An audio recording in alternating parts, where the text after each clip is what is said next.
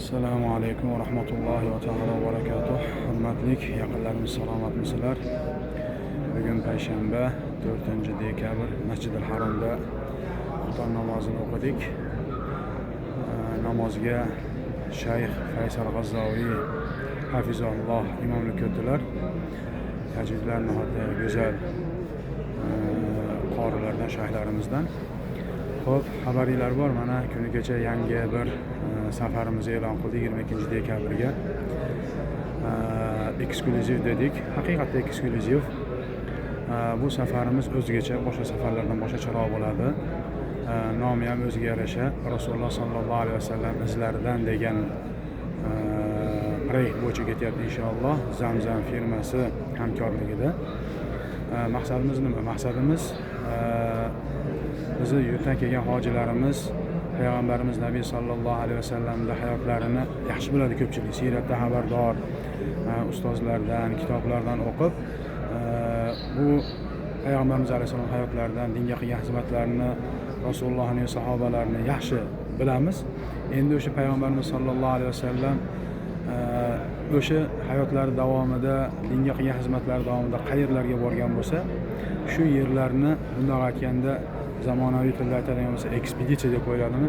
Shunga o'xshagan bir yangilik kelgan hojilarimiz, umrachilarimiz ham umra qiladilar, ham Payg'ambarimiz Nabiy sallallohu alayhi vasallamni qadamlari qayerga yetgan bo'lsa, iloji boricha o'sha yerlarga borishga harakat qilamiz. Xo'p, rejamizda Haybar barakasi bo'lgan joy, undan keyin yo'l-yo'lakay o'tib ketadigan joyimizdan Hud va Solih alayhisalomlar yashagan Al-Ula, Madoin, ibrat uchun u yerlarda suhbatlar qilamiz. Albatta bu masala ustida ba'zida bir tortishuvlar bo'lib qolishi mumkin. Ya'niki u yerda nima qilinadi, nima keragi bor deb.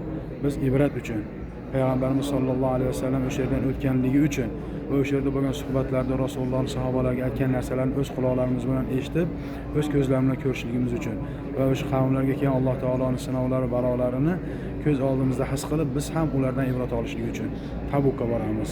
Rasululloh sallallohu alayhi vasallamning oxirgi qadamlar etgan joy va u yerda Rasululloh sallallohu alayhi vasallamdan tashqari Shuayb alayhisalom yashagan joylar bor ekan. Ularni inshaalloh bir ziyorat qilamiz, ekskursiyalarimiz bo'ladi.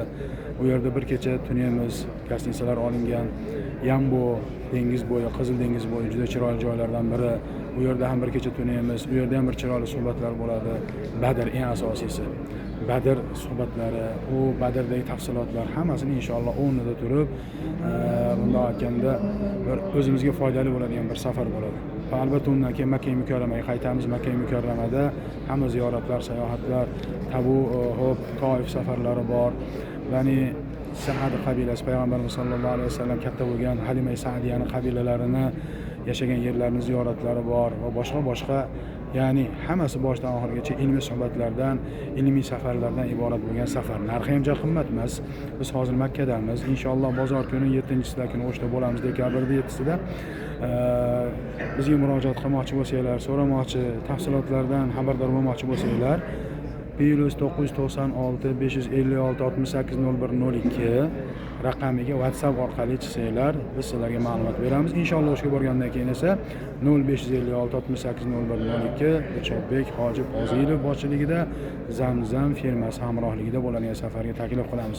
Juda bir ajib safar. Va undan tashqari oddiy safarimiz ham bor.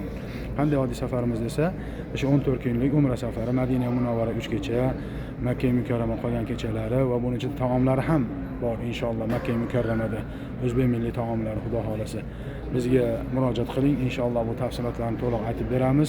Ajib bir safar bo'ladi. Assalomu alaykum va rahmatullohi va barakatuh.